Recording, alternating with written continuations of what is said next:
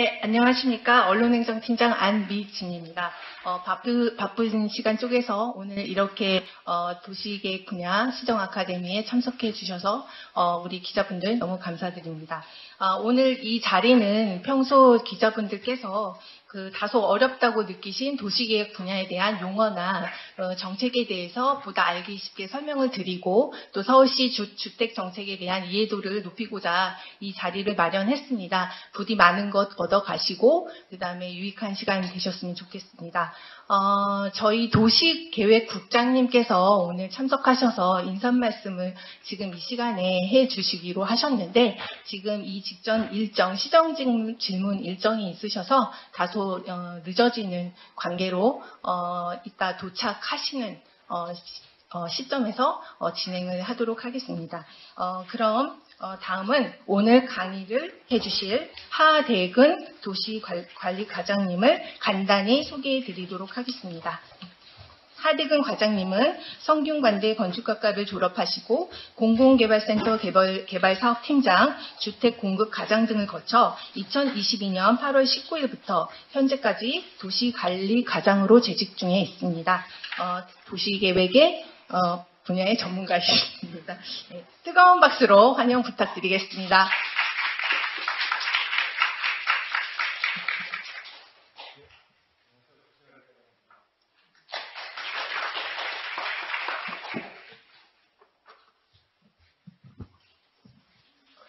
네, 오늘은 아마 이 첫 아카데미로서 도시계획국이 좀 처음 시작하는 것 같은데요.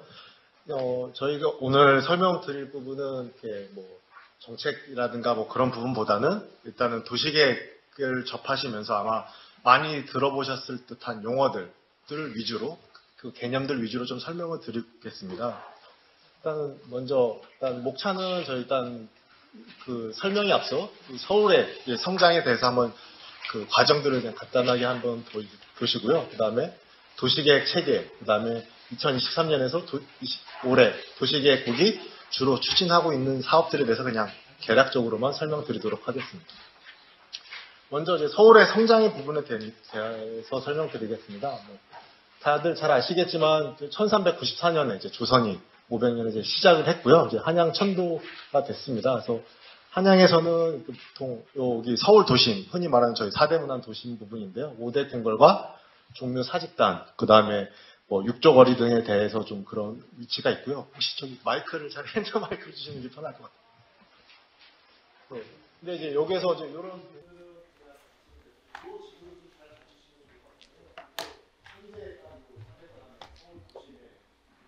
부분으로 보시면 될 것 같고요. 여기 보시면 이제 요 자락들이 보실 겁니다. 요게 이제 뒤에서 말씀드릴 좀 많이 들어보셨을 듯한 서울은 내사산과 이제 외사산으로 둘러싸여 있다. 이런 개념들을 들어보셨을 텐데요. 내사산은 여기가 이제 저희 서울 도심에 있고 경복궁 있는 이쪽에 위치해 있으면 북악산, 인왕산, 남산, 낙산으로 저희가 둘러싸여 있고요. 중랑의 용마산부터 북한산, 고향의 덕양산, 관악산까지 해서 서울은 이렇게 외사산으로 이렇게 구성되어 있습니다. 서울시의 이제 행정구역 변화에 대해서 좀 간략하게 설명드리겠습니다. 1394년 한양이 이제 천도가 돼서 천도되었고 이제 한성부로 명칭이 개칭이 됐습니다. 이후에 이제 일제 강점기가 이제 시작되면서 경성부라는 이름을 바뀌게 되었고요. 경성부가 이제 45년에 서울시로 변경이 되었습니다. 이후에 요것들 보시면 아시겠지만 계속 서울의 구역이 확장되면서 지금의 구가 7개에서 9개, 그 다음에 계속 도시와 인구에 이제 밀집돼서 확장됨에 따라서 현재는 25개구로 이렇게 좀 확장되어 왔습니다.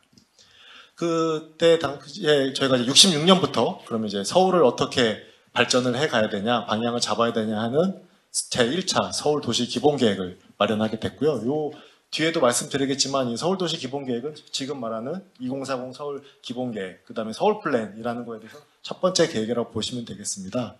그래서 66년에는 1도심과 6부도심 개념으로 시작됐습니다. 도심이라고 하면 도시 기능의 이제 중심지라고 하는 업무나 상업 이런 중심 기능이 있는 곳을 이제 중심지라고 보고요. 요거는 지금도 변함없이 요 광화문이나 종로 일대, 사대문 안에 좀 되어 있고요. 요 부도심은 그 도시의 기능을 조금 분담해서 나눠 가질 수 있는 주요 이제 지역들로 해서 6개로 나뉘어져 있었습니다. 이후에 이제 72년도로 가면서 강변북로와 이제 그 경부고속도로가 설치가 됐고요. 이후에는 이제 1호선 개통이 되고, 죄송합니다. 그 다음에 84년에서는 2호선 개통되면서 서울이 계속 확장됐고요. 그때는 이제 좀 개념은 다르지만 이제 4개 핵심, 그 다음에 13개 부심으로 해서 이렇게 운영되다가 90년도에 이제 2000년 서울 도시 기본계획 마련하면서 1도심, 5개 부심, 그 다음에 여기 59개 지구 중심이라서 이제 세부 각 지역별로 이제 지구 중심을 두게 됩니다.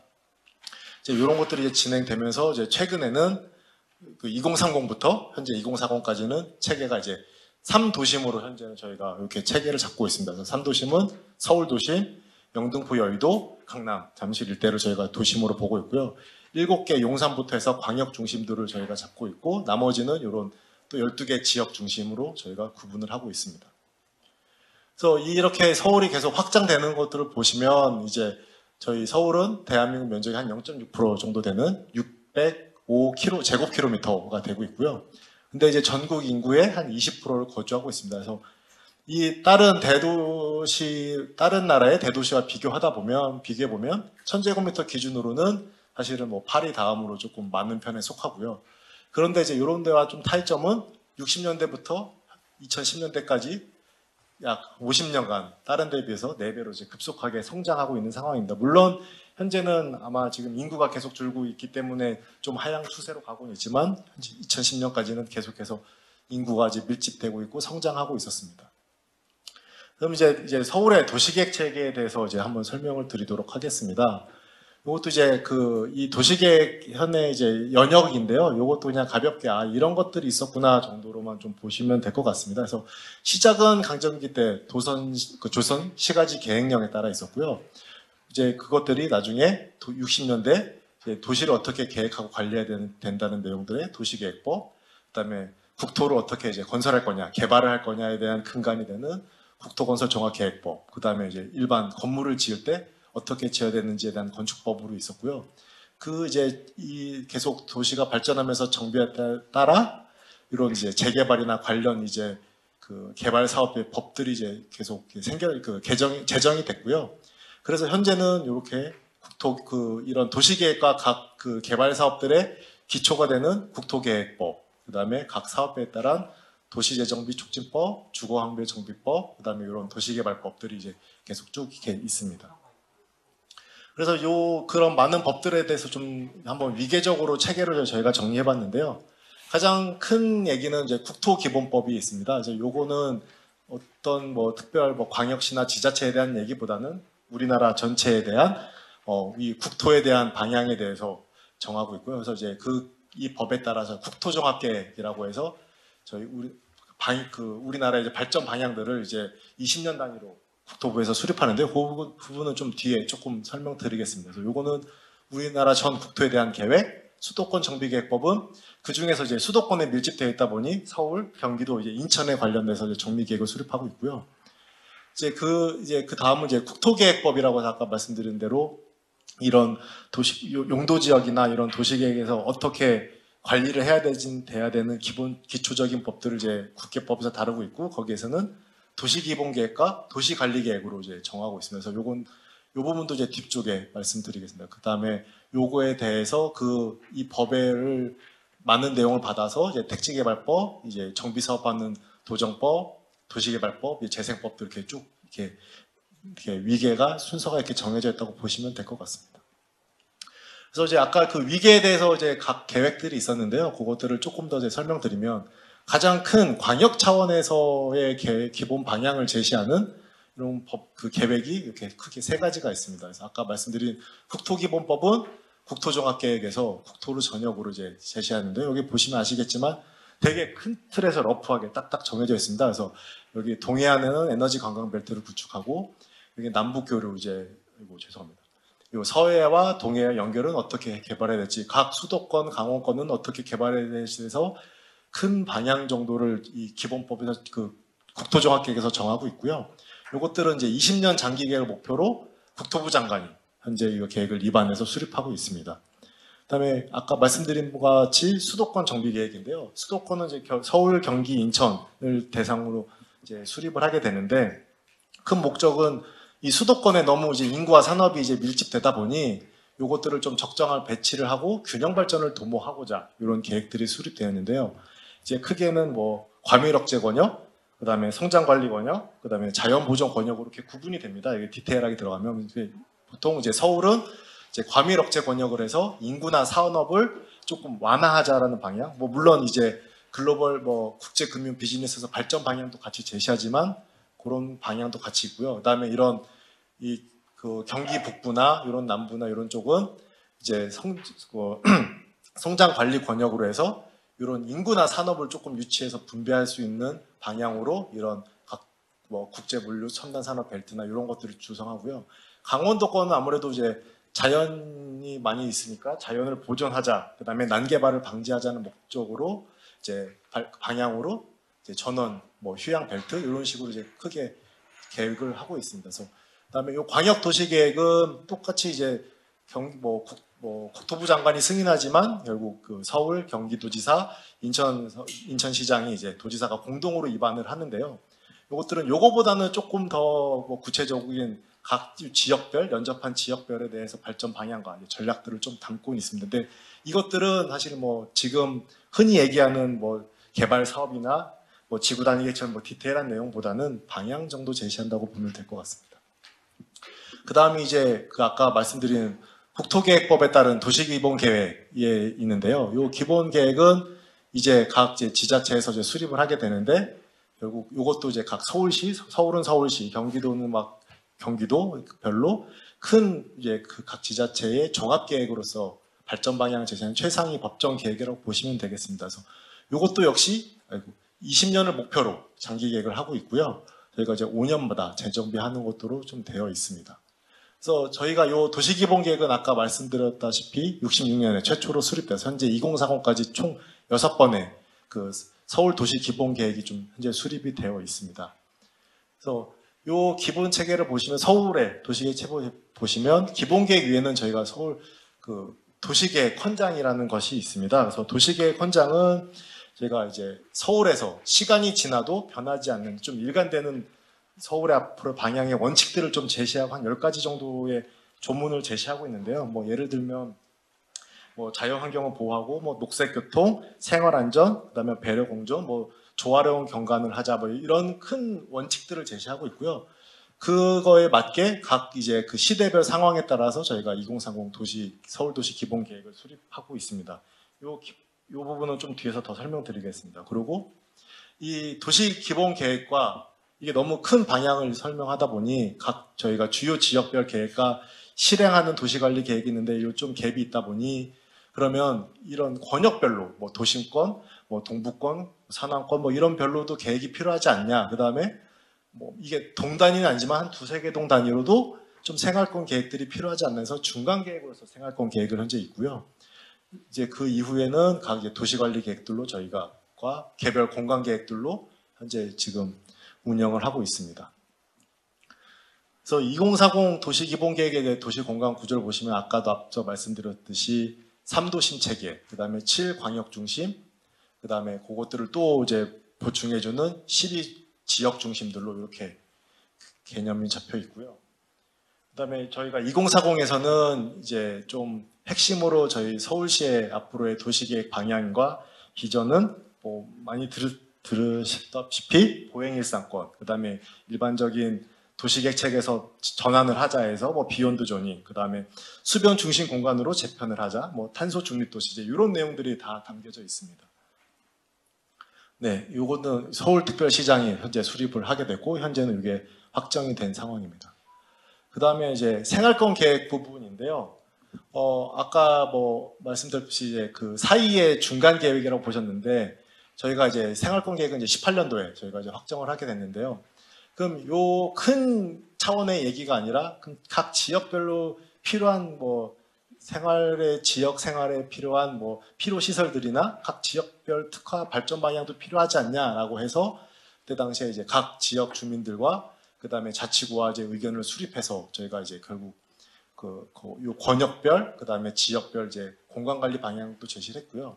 그 다음에 여기서 가장 또 핵심은 그 권역별 필요 시설들, 그러니까 이제 흔히 말하는 공공시설들, 그 다음에 권역이 아니라 동이나 지역 주민들 사이에서도 필요한 시설들이 다 다릅니다. 예를 들어 뭐 보육시설, 뭐 문화시설, 뭐 주차장 이런 시설들이 다 지역마다 현황이 다르기 때문에 이 생활권 계획에서는 그런 것들을 다 조사해서 뭐 타 지역 대비 좀 부족한 시설들이 뭐인지를 다 조사를 했고요. 그 권역별은 아까 이렇게 보시면 되겠습니다. 이렇게 5개의 권역과 서부권에 14개, 도심권에 11개, 동부권 36개 다 나눠서 그런 것들을 조사를 해서 앞으로 계획을 할 때 요 각 지역별, 권역별 부족한 시설을 좀 우선 설치 제공하는 것으로 이제 저희가 참고하고 있습니다. 다음은 이제 아까 말씀드렸던 주요 지역 기본 계획 부분인데요. 이제 저희가 일단 첫 번째는 서울도심 기본 계획을 갖고 있습니다. 요거는 사대문 안에 지금 저희가 을 대상으로 하고 있고요. 대부분은 이제 상업 지역들로 미뤄져 있습니다. 근데 이게 아무래도 사대문화는 각 이제 문화재들과 이런 것들이 역사 문화 가치를 지니고 있는 자원들이 많기 때문에 저희가 이제 대규모 개발은 조금 지양을 한다. 다만 이렇게 좀 재개발이 필요한 지역, 특히 이제 도심권이기 때문에 지금 흔히 말하는 도시환경 정비 사업처럼 그런 개발이 필요한 곳들은 저희가 정비 사업을 허용해서 가고 있고요. 기존에는 저희가 최고 높이를 좀 정했습니다. 그래서 이 도심권 안에는 50m, 70m를 넘지 않도록 했었는데 현재는 저희가 도시계획 방향이 전체에 바뀌어서 기준 높이를 전환을 했고요. 거기에 따라서 좀 추가 높이를 인센티브에서 완화해주는 방향으로 접근하고 있고요.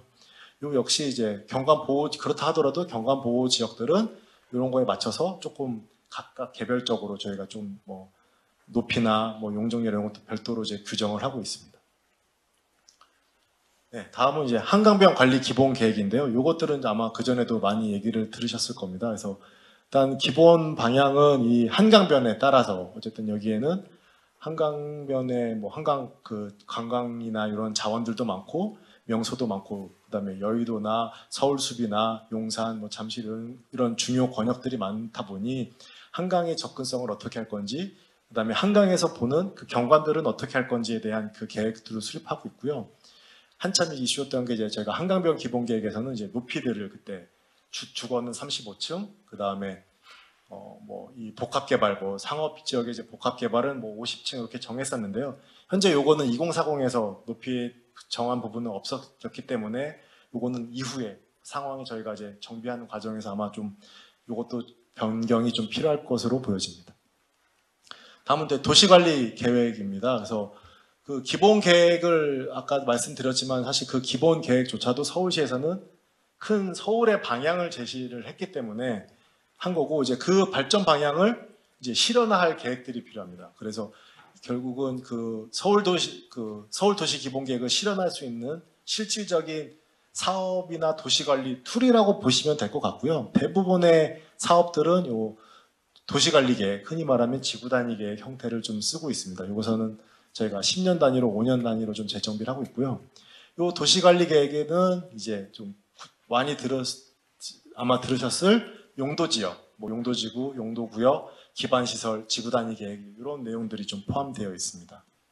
요 부분들을 이제 하나씩 좀 보게 되면 이제 용도지역은 이제 요거는 크게는 이제 그 국계법에서 이제 정하고 있고요. 국토계획법에서 일단 목적은 요 지역에 대해서 용도와 밀도의 범위를 정하는 것으로 되어 있습니다. 그래서 이 말은 뭐냐라고 하면 각 이제 지역별로 이제 도시 지역, 농림 지역도 있고 그 지역 안에서 저희가 흔히 말하면 주거 지역, 상업 지역, 공업 지역, 녹지 지역들을 다 정하도록 하고 있습니다. 그러면 이 지역의 특성에 맞게 주거 지역은 단독주택, 공동주택 이런 시설들을 위주로 이제 허용하고 있고요. 상업은 업무 시설, 판매 시설 이런 시설들이 들어올 수 있도록 저희가 하고 있고 이 목적이 다르기 때문에 각 요 세 분마다 또 용적률을 다르게 가지고 있습니다. 그래서 이 주거 지역은 법에서는 그러니까 건폐율은 70, 용적률은 500 이하에서 하도록 되어 있고요. 시행령은 범위 내에서 예를 들어 2종 같은 경우는 100에서 200% 50% 이하에서 개발을 해라 단지라고 정하고 있고요. 또 시행령에서는 법에서는 이 범위 내에서 각 조례로 별도로 정하도록 하고 있어서 저희 서울시 조례에서는 200%처럼 각 세부적으로 정하고 있고요. 특히 상업은 저희가 일반 상업은 중심 상업은 1000% 이하에서 개발을 하도록 정하고 있는데 아까 사내분안 같은 경우는 이 주변 그 역사 자원과 이런 것들을 고려해서 800% 범위 내에서 개발할 수 있도록 별도로 이렇게 정하고 있습니다. 네, 그래서 서울시의 각 지역별로 지정 현황을 보시면 한 53% 정도가 한 주거 지역이고요. 상업 지역은 여기 빨간색들은 한 4% 정도, 그리고 한 40%는 이렇게 녹지 지역들로 해서 지금 지정이 되어 있습니다. 그래서 이렇게 지역만 들으시면 딱 감이 안 잡히실 수도 있는데요. 흔히 일종 전용 지역이라고 주거 지역이라고 하면 되게 그 주거 환경이 좋은 양호한 지역의 단독주택 위주로 이렇게 밀집된 지역을 그냥 흔히 뭐 일종 전용 주거 지역 아니면 이종 전용 주거 지역으로 보시면 될 것 같은데요. 대부분 이제 평창동 보시면 넓은 뭐 토지 안에 단독주택들 이렇게 밀집되어 있고요. 3종 일반 주거 지역은 이제 중고층 이상의 이제 주택 단지를 건설하는 것을 목적을 하고 있습니다. 그래서 아까 말씀드렸듯이 뭐 200%, 250%이다 보니 이제 대부분의 이제 아파트 단지들로 이제 이렇게 조성이 되어 있고요. 중심 상업은 이제 같은 상업에서도 여기에 상업 기능과 업무 기능을 좀 더 강화하고자 해서 더 이제 용적률이나 용도를 더 완화해 주는 곳인데 서울에서는 이제 명동이 있습니다. 그래서 보시면 명동은 근데 왜 이렇게 높게 있지 않은데 여기가 아까 1000%처럼 이렇게 중심 상업이냐라고 생각하시지만 여기에 필지에 거의 꽉 맞게 이렇게 되어 있습니다. 그래서 명동은 건폐율이 저희가 90%까지 완화해서 이 건물이 거의 꽉 채워서 설치됐다 보시면 되고요. 물론 이제 이것들은 명동은 아무래도 좀 높이 제한이 있다 보니 조금 더 개발을 못한 지역도 있지만 대부분은 이제 건폐율 완화해서 최대 용적을 다 채웠다고 보시면 될 것 같고요. 이제 강남은 좀 성격이 다르게 이제 업무 시설이다 보니까 이렇게 보시면 이제 이렇게 뭔가 뚱뚱하거나 이렇게 넓은 형태가 아니라 조금 얇고 높은 형태로 상업지역으로 조성되어 있습니다. 그리고 다음은 이제 용도지구인데요. 이제 그 용도 지역이 결국 용도와 밀도를 범위를 정하고 있기 때문에 그거를 조금 더 세부적으로 관리하기 위해서 용도지구라는 것이 있습니다. 그래서 용도지구는 그런 여기 있듯이 용도 지역의 기능을 좀 증진시키고 미관이나 경관, 안전 등을 도모하기 위해서 별도로 좀 지정을 하고 있는데요. 흔히 얘기하면 뭐 경관지구 많이 들으셨을 고도지구, 방화지구 것들이 있고요. 그럼 이 지역들은 뭐 예를 들어 경관지구 같은 경우는 자연경관을 조망하는 것들이 되게 중요하기 때문에 지구를 지정하면 이런 관련 규정에서는 이제 건물의 뭐 용도라든가 층수라든가 높이라든가를 이제 별도로 건축 제한을 하고 있고요. 그래서 자연경관지구는 저희가 뭐 일반적으로는 4층에 16m에서 좀 제한을 하고 있고요. 뭐 필요한 경우 뭐 7층에 28m까지 완화할 수 있는데 기본적으로는 이렇게 16m 정도로 이렇게 제한을 하고 있습니다. 네, 이 부분은 그냥 자료로 참고해 주시면 될 것 같고요. 이건 지정 현황입니다. 그래서 흔히 딱 이 대표 사례로 보시면 고도지구는 뭐 남산 이런 것들이 있기 때문에 남산 내 능선이나 뭐 칠분능선 이런 것들을 또 넘어서 이렇게 건물이 또 과도하게 올라가는 것은 별로 경관상 좋지 않기 때문에 높이를 조금 제한한 부분이 있고요. 경관지구 역시 주변에 이제 이런 자연 녹지나 산들이 있었을 때 이런 건물들을 그냥 개발을 허용하면 다 가리기 때문에 이런 자연경관을 좀 지켜야 되겠다 해서 이런 높이들이 좀 제한한 것들이 좀 있습니다. 이런 북한산 주변도 다 경관지구 지정되어 있고요. 다음 문제 용도구역인데요. 용도구역은 용도지역과 지구를 통해서 제한이나 뭐 완화를 해서 관리하지만 그럼에도 이제 또 시가지가 무질서하게 막 개발되고 난개발되는 것들을 있을 수 있기 때문에 좀 계획적으로 이거를 토지 이용을 좀 도모하고 관리가 필요하다라고 해서 이제 용도구역이라는 거 있는데요. 어떻게 보면 용도구역은 용도지역과 지구를 좀 보완하는 형태라고 보시면 되고요. 이런 지구들은 뭐 개발제한구역, 도시자연공원구역, 뭐 시가와 조정구역, 수자원 보호구역들이 있는데 사실은 이런 것들은 서울시에서는 안 하고 서울시는 대부분 개발제한구역과 도시자연공원구역으로 있습니다. 이런 것들은 어떻게 보면 더 강한 규제라기보다 좀 개발을 좀 난개발을 막기 위한 걸로 좀 지정을 하고 있고요.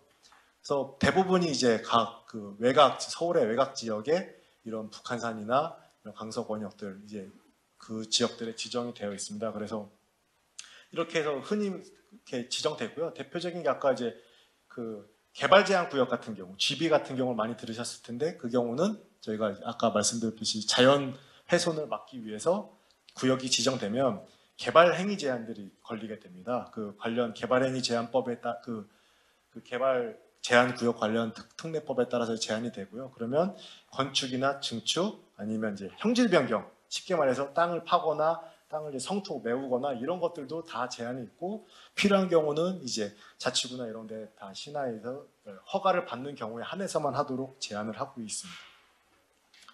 그 다음 이제 도시계획 시설입니다. 이제 요 용어도 아마 많이 들으셨을 겁니다. 도시계획 시설이라고 하는 부분인데요. 요거는 쉽게 생각하시면 일반 이해하기 쉽게 생각하면 그냥 도로, 공원, 시장, 철도처럼 공공시설들, 그러니까 기반시설이라고 보시면 될 것 같습니다. 개인 시설이 아니라 도시를 운영하고 일반 시민들이 이용하기 위해 필요한 그 최소한의 기반시설들을 보시면 될 것 같고요. 그것들을 저희가 별도로 또 이제 도시계획 시설이라고 또 지정을 하고 있습니다. 그럼 이게 그 도시계획 시설을 지정을 하면 저희가 이제 그 관련 법에 따라서 이제 그 설치하게 되는데요. 근데 이제 요것들은 아무래도 뭐 예를 들어 도로를 내고 철도를 내고 공항을 내고 이런 것들은 그 도시에 필요하기 때문에 공공에서 내기 때문에 불가피하게 이제 민간의 토지들을 이제 포함해서 결정하는 경우가 대부분이고요. 그러다 보니까 이런 경우에는 시설이 결정되면 결국은 공공에서는 시나 국가나 이런 데서는 이 민간 토지를 협의 매수나 아니면 저희가 그 수용하는 형태로 가게 됩니다. 그럼 이거는 어쨌든 간에 민간 재산권을 강하게 제한을 하는 거기 때문에 그 저희 법에서는 20년까지 시설 사업이 결정되고 나서 20년까지 시행이 되지 않으면 이것들은 자동 효력이 상실하게 되고 결국 이제 민간에서는 다시 개발할 수 있도록 이제 법에서는 최대 시한 유효 기간을 좀 정해놓고 있습니다. 그다음에 이제 그 이런 시설들에 대해서 이제 참고하시면 될 것 같은데요. 뭐 이런 아까 말씀드린 각 기반 시설, 뭐 광장, 공원, 그다음에 학교, 연구 시설, 하청에서 되게 다양한 시설들을 법에서는 7개, 한 46개 시설들을 현재 정하고 있습니다. 네, 대표 사례는 아까 뭐 말씀드린 것처럼 뭐 잠실 운동장도 있고요. 뭐 이런 대학들, 그다음에 광장들, 이런 그다음에 역사들이 다 그렇게 지정되어 있습니다. 그럼 이제 도시계획 시설은 도시계획가 말하는 그런 시설들만 지정을 하냐라는 게 있는데요. 근데 현재는 저희가 법에서는 도시계획 시설을 복합화를 할 수 있습니다. 근데 복합화의 방법은 크게 이제 2가지 정도가 있는데요. 이제 중복 결정이라고 해서 하나의 도시계획 시설에 2종류 이상의 도시계획 시설을 함께 결정할 수 있습니다. 그래서 뭐 이런 방법은 수평, 그러니까 옆으로 설치할 거냐, 위로 설치할 거냐인데요. 이게 뭐 문화시설이면 문화시설만 설치할 수 있는 건 아니고 문화시설, 뭐 주차장 아니면 역사와 이런 문화시설, 뭐 문화시설과 같은 그런 같이 지정을 할 수 있도록 되어 있고요. 입체적 결정은 조금 개념은 다릅니다. 이제 이 민간의 일반 건축물이 있는데요. 이제 거기에 도시계획 시설이 이제 같이 들어가는 경우라고 보시면 될 것 같습니다. 그래서 뭐 그 현재 도시계획 시설을 뭐 복합화하거나, 그러니까 뭐 아니면 민간의 건물이 있는데, 그러니까 쉽게 말하면 터미널들, 뭐 예를 들어 동서울 터미널이나 이런 데들은 뭐 민간의 건물도 있지만 이런 터미널의 기능도 유지해야 되기 때문에 나머지는 일반 건축물을 짓게 해주고 대신 뭐 예를 들어 1층부터 3층 아니면 지하의 뭐 주차장이나 이런 것들은 별도의 도시계획 시설을 이렇게 따로 결정을 할 수 있도록 되어 있습니다.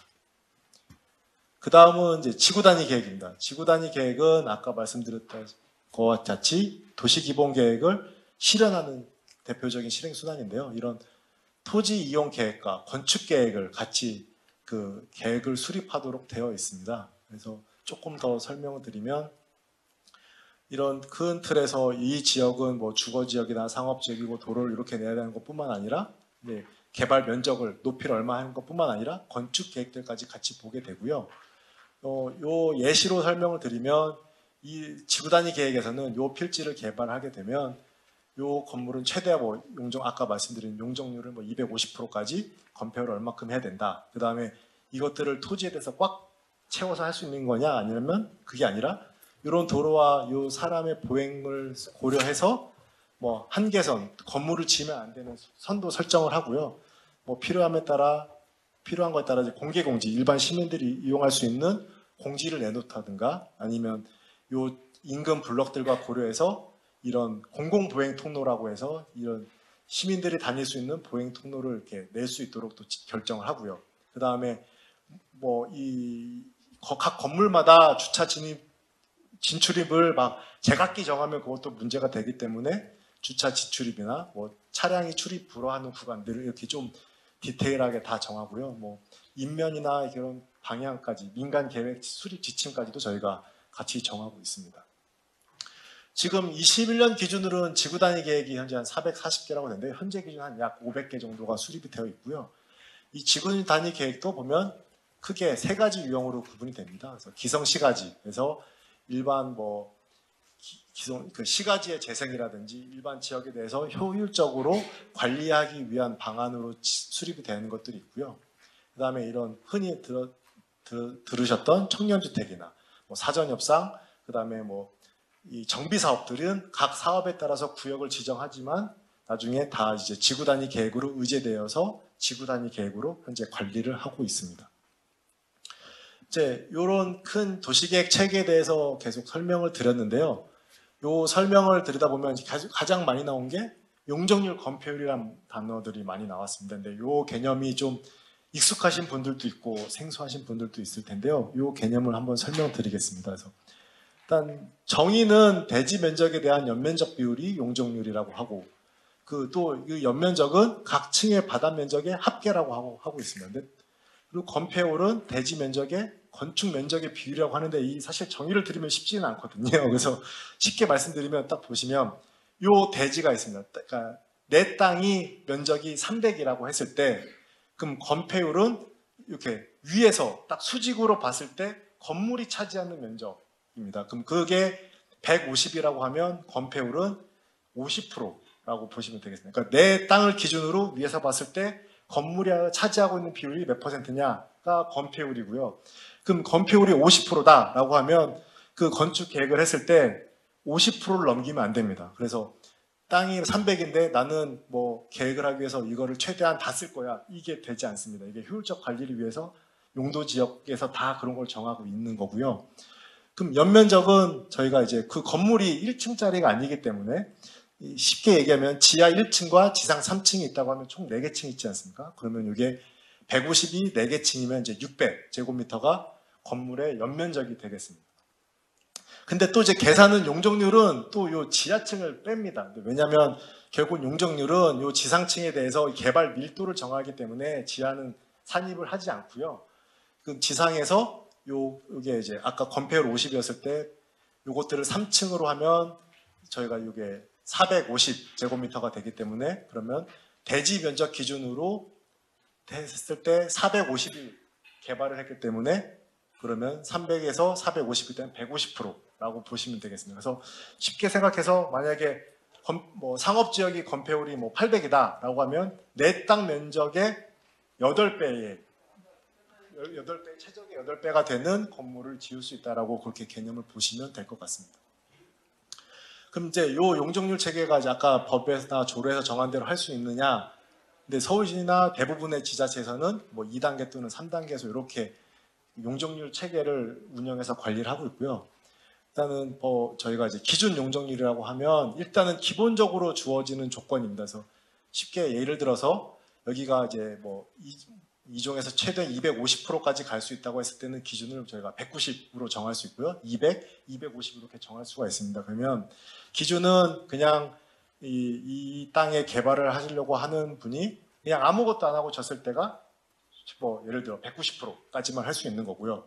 그럼 요 허용 용적률을 왜 뒀냐라고 하면 저희가 이런 개발을 할 때 그래도 이제 시에서 봤을 때 좀 공공이나 시의 방향이 조금 이 주변 쪽으로 관계를 고려하거나 경관들을 고려했을 때 최소한 좀 지킬 것들이 있지 않냐. 그러니까 계획을 유도하는 겁니다. 그래서 예를 들어 이 지역에는 뭐 뭐 R&D 산업들이 좀 유치가 좀 필요하면 권장 용도를 하고요. 의무는 아닙니다. 근데 요 권장 용도를 하면 용적률을 인센티브를 더 줄게. 아니면 뭐 아까 건축 한계선이 건축을 못하도록 이런 선을 정하게 되는데 그런 선을 정하면 아무래도 개발 필지를 개발하는 사람은 조금의 개발에 좀 제약이 있기 때문에 뭐 아니면 공개 공지도 일부 땅을 이제 시민들한테 뭐 기부 체납은 아니지만 내놓기 때문에 그거에 따라서 저희가 인센티브를 더 주고 있고요. 그래서 이것들은 각 필지별 개발에 대해서 저희 시나 각 이런 공공에서 계획들을 유도를 하고 거기에 받는 인센티브라고 보시면 될 것 같고요.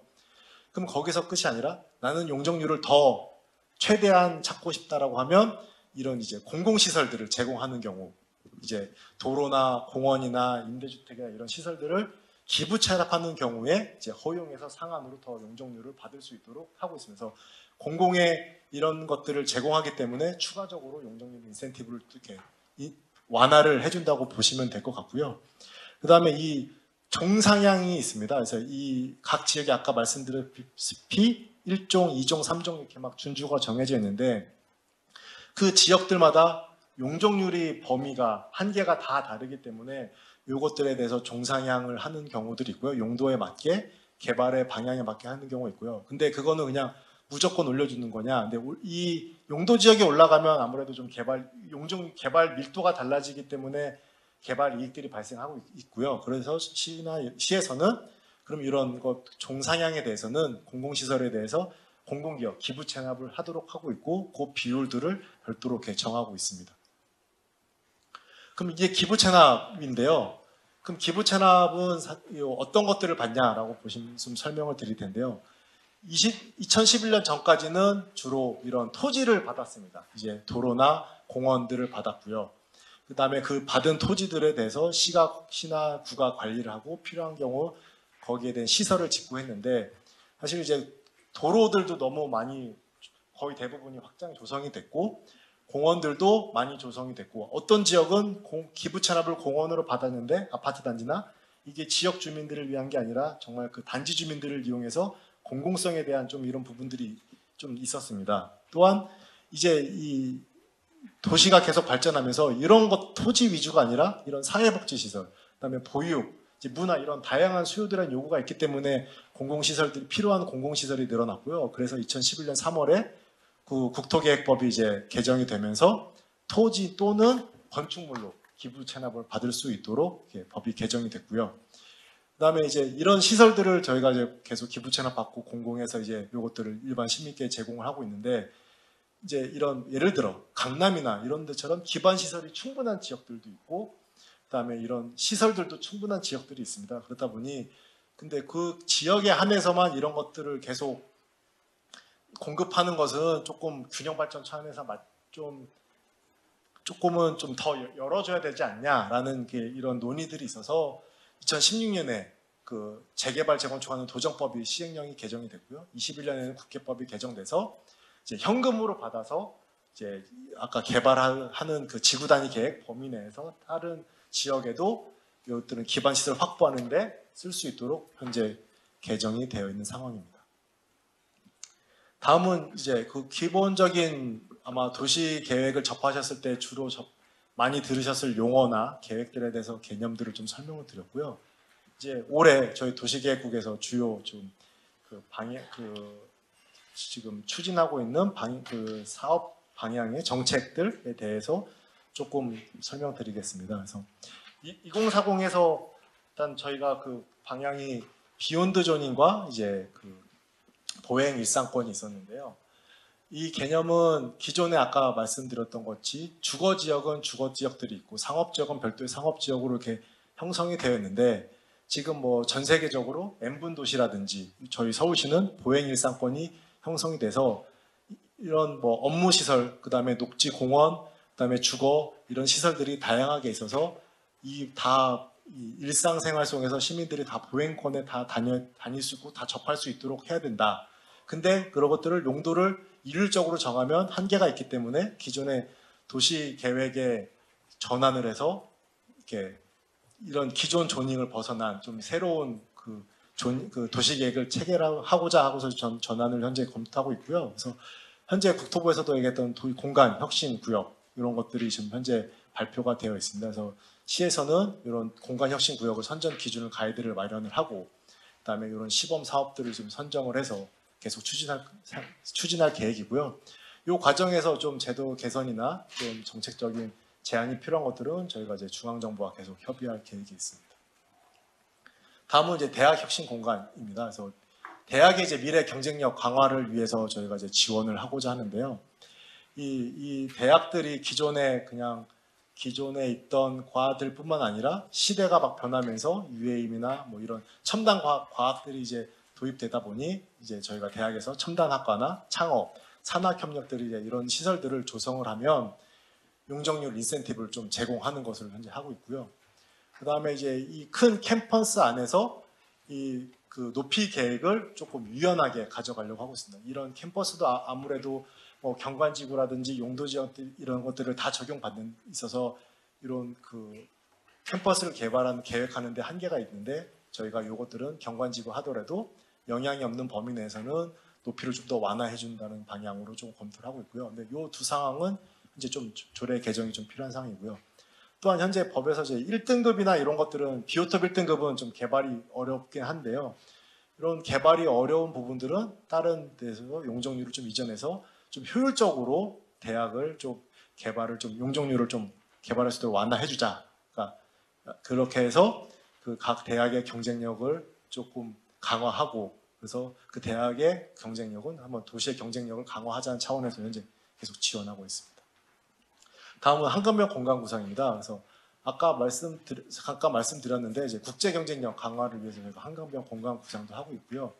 한강변에 따라서 이제 저희가 각 여가나 문화 공간 뭐 아까 말씀드렸던 서울숲, 용산공원, 여의도, 뭐 잠시 이런 곳들에 대해서 주요 거점들을 한강변에서 연계를 하고 녹지 생태 도시에 맞춰서 이런 것들을 그 한강변의 녹지 생태축 아니면 보행 인프라를 좀 한번 어떻게 구상할지를 고민해 보자라는 차원에서 하고 있고요.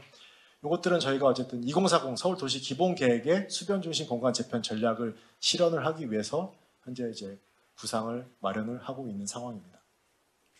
다음은 저희 경부간선도로 일대 공간 개선 기본 구상 내용입니다. 그래서 뭐 다 기자님들도 아시다시피 저희가 이제 경부간선도를 지화하는 것으로 현재 방향을 잡고 있고 지금 계획을 하고 있는데요. 이 경부간선도로가 이제 한남 IC부터 양재 IC까지 이렇게 쭉 한 7km 정도 이어져 있는데 보통 이 그 고속도로들이 이렇게 있다 보면 서초와 강남이 단절이 되고 이렇게 있습니다. 근데 이것들이 지화가 되면 결국 이 두 지역들이 이제 지상부가 연계가 되는데 그럼 그렇게 됐을 때 이 상부 공간을 어떻게 활용할 거냐, 어떻게 조성을 하는 것이 뭐 좋을지, 그다음에 주변 지역과는 이 접한 부분들은 어떻게 연계하면 좋을지에 대해서 저희가 이제 그 부분에 대해서 전략적으로 활용 방안을 마련을 하고 있습니다.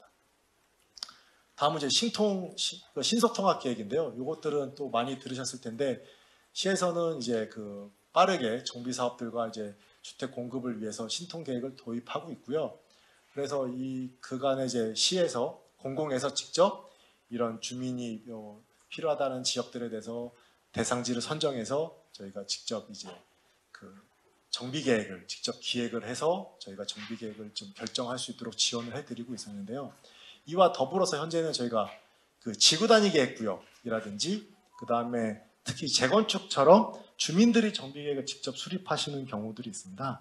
그럼 그 경우에는 이런 상위의 기본 구상 계획들이 있는데 시가 직접 하기보다는 그 계획들을 시한테 제안을 하시면 저희가 이런 TF를 마련을 해서 거기에 대해서 좀 조정하는 의견을 들으는 형태로 자문 형태로 해서 최대한 빨리 이제 패스트트랙으로 좀 보내드리는 방법을 현재 마련을 해서 현재 이제 추진을 하고 있습니다. 다음은 이제 역세권 활성화 사업도 추진을 하고 있는데요. 역세권 활성화 사업이라고 하면 저희가 이제 흔히 말하는 그 역세권, 그 지하철역 기준으로 250m, 350m 이제 범위 안에 대상이 되는데요. 이 역세권은 아무래도 다른 지역과 달리 이제 사람 교통도 편리하고 여기에 대해서는 상업과 업무, 그다음에 주거에 대해서 다양한 시설들을 저희가 유도도 하고 개발이 필요하기 때문에 저희가 이 지역들은 한번 준주거에서 근린상업, 일반 상업 지역까지 이것들을 종상향을 좀 해서 개발을 유도하고요. 대신에 이런 개발을 하기 때문에 저희가 이제 거기에 대한 공공기여로서 기부 체납으로서 지요 필요 시설들, 뭐 문화 시설이라든지 주민센터 아니면 뭐 도서관 이런 것들도 받고 필요한 경우는 뭐 공공 임대주택들 같은 것도 다양하게 좀 받아서 좀 확보할 수 있도록 저희가 추진하고 있고요. 현재는 저희가 23개소를 좀 추진하고 있으면서 이런 개발들을 통해서 좀 역세권 내에서도 좀 활성화할 수 있는 좀 지역을 활성화할 수 있도록 저희가 사업을 장려하고 추진하고 있습니다. 네, 이상으로 저희 도시계획에 대해서 뭐 기본적인 용어와 개념들을 설명을 드렸고요. 그다음에 올해 저희 도시국에서 하고 있는 사업들에 대해서 설명을 드렸습니다. 네, 이상 마치겠습니다. 감사합니다.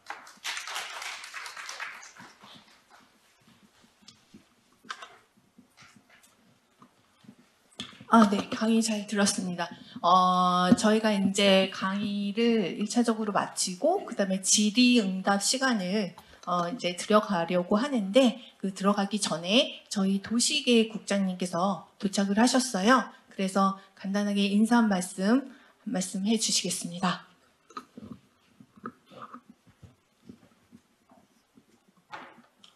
안녕하세요. 도시계획국장 조남준입니다.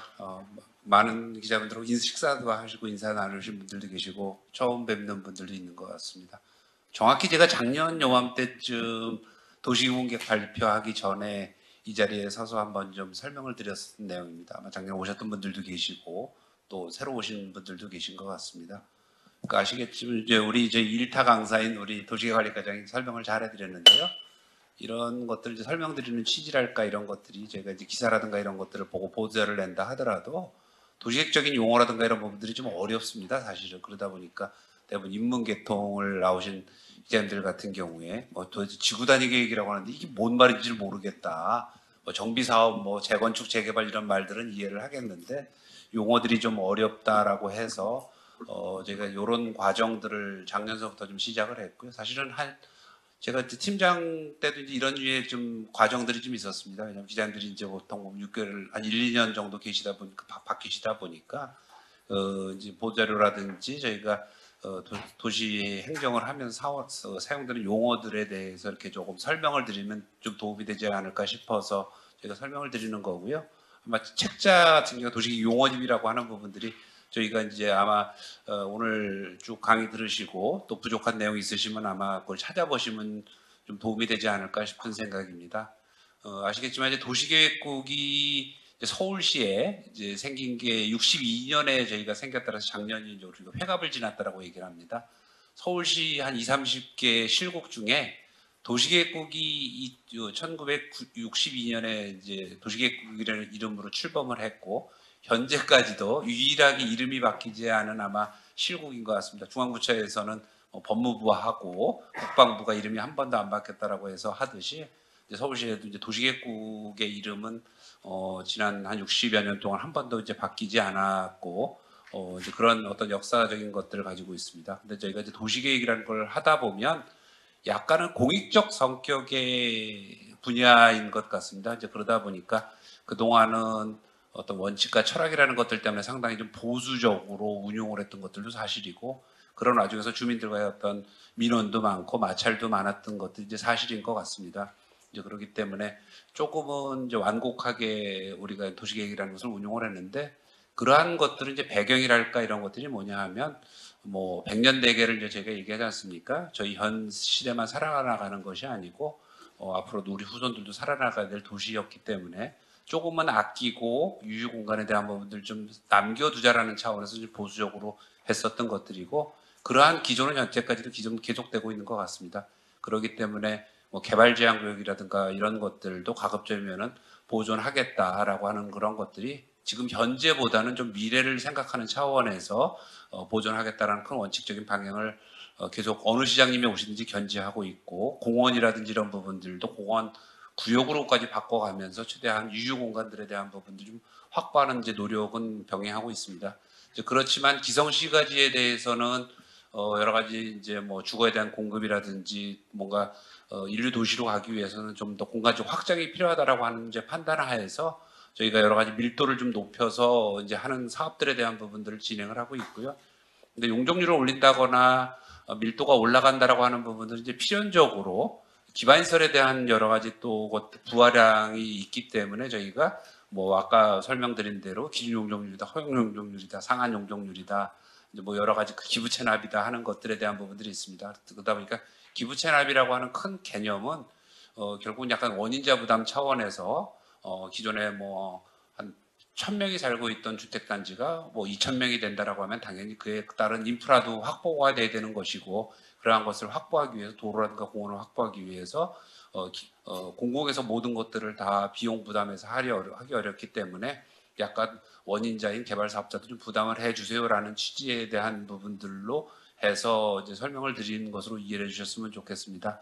이제 그런 와중에 저희가 조금은 이제 과도기적인 상황이 된 것 같습니다. 이제 뭐 시장님께서도 얘기하다시피 이제 세계 탑5 도시로 가기 위해서는 좀 더 이제 우리가 좀 전향적인 생각들을 가지고 변화되는 사회를 좀 선도하기 위해서 기존의 단일 용도 내지는 획일화된 어떤 개발에 대한 패턴들이었다라고 하면 융복합 시대에 맞게끔 각종 용도라든가 이런 부분들도 조금 더 저희가 열어놓고 생각을 하고, 특히 아까 뭐 대학이라든지 병원, 지난번에 이제 저희가 발표드렸던 내용이라든가 이런 것들도 뭔가 서울의 경제 성장을 좀 더 이끌고 경쟁력을 제고하기 위한 뒷받침을 도시계획에서 좀 더 해야 되지 않느냐라는 차원에서 저희가 이러한 것들을 현재 준비하고 있습니다. 그래서 도시계획국은 도시계획과서부터, 오늘 뭐 도시계획과장은 지방 출장관이라고 오질 못했는데 좀 도시계획과는 이제 용도, 지역, 지구, 구역 뭐 이런 것에 대한 부분들을 저희가 담당하고 있고, 역세권 활성화 사업에 대한 부분들을 이제 담당을 하고 있습니다.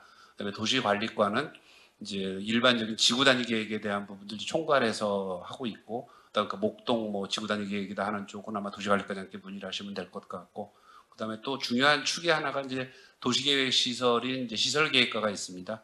각종 이제 어떤 사업을 할 때에는 시설로 결정이 돼야 그에 따라서 뭐 토지 수용이라든지 계획적 관리를 하기 위해서 하는 이제 시설계획과가 있고, 최근에 또 신속통합기획과라고 하는 부분들이 이제 종전에 공공계획이라고 하는 이름이었었는데, 저희가 좀 더 민간에 하는 사업들을 군수만 두지 말고 서울시에서 직접 나서서 계획안을 만들어 놓고 주민들과 함께 하자라고 해서 신속통합기획에 대한 그것들을 저희가 계속 보도자료를 내고 좀 어떤 좀 성과가 좀 나가고 있는 것 같습니다. 그래서 그런 것들 하는 신속통합기획과, 그리고 전통적으로 있었던 이제 토지관리과, 뭐 이렇게 여러 가지 토지거래 허가라든지 그런 것과 관련돼서는 이제 서울시 도시계획국의 토지관리과에서 하고 있고, 또 이러한 도시계획적인 어떤 것들을 각종 위원회에 대한 부분들을 거쳐서 대부분 결정이 되게 됩니다.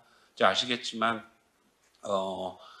이런 여러 가지 도시에 대한 큰 변화에 대한 부분들은 일방적으로 담당 부서 직원 한두 명이 이렇게 판단을 하고 시장이 독단적으로 결정하는 것이 아니고, 여러 가지 구에서의 열람 공고라든가 구에서의 어떤 의견 절차를 거쳐서 시로 올라오게 되면 중요한 사항은 시의회 의견 청취라는 과정들을 거쳐서 이제 시민들의 대표인 시의회 의원들도 말씀도 듣고, 최종적으로 이제 도시계획위원회에서 심의를 하고 그 결과를 가지고 고시를 함으로써 이제 효력이 발생되는 그런 여러 가지 안전장치 내지는 복합적인 검증 과정이 있기 때문에 그 모든 것들이 다 이제 어느 정도 절차가 부합돼야 어떤 변경이 가능한 그런 안전적인 절차를 거치고 있다는 것을 좀 이해해 주시면 이제 도움이 될 것 같습니다.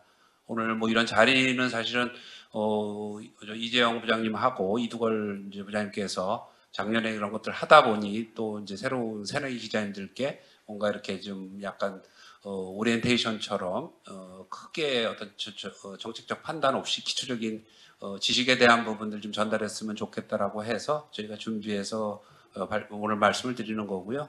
또 이 부장님께서도 아마 새로운 기자님들께서 좀 더 서울 충실한 기사 내용을 좀 뒷받침하기 위해서 관련 실국에서도 이런 것들을 아마 준비하고 있는 것 같습니다. 모쪼록 이제 도시계획국에서 제일 먼저 이런 자리를 마련해 주셔서 감사하고, 아무튼 저희도 열심히 하겠고, 또 기자님들 궁금하신 거 있으면 하셔도 연락 주시면 감사하겠습니다. 네, 이것으로 인사 말씀에 대신하겠습니다.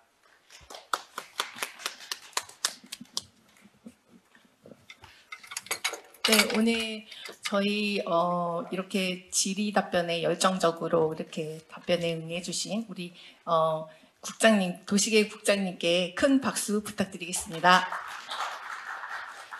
그리고 좀 잠시 잊혀졌는데요. 우리 도시관리 과장님도 열정적으로 강의해 주셔서 너무 큰 감사드립니다. 큰 박수 부탁드리겠습니다. 오늘 이 기회를 통해서 기자님들께서 궁금해 하셨던 부분들이 많이 좀 해소되셨으면 바랍니다.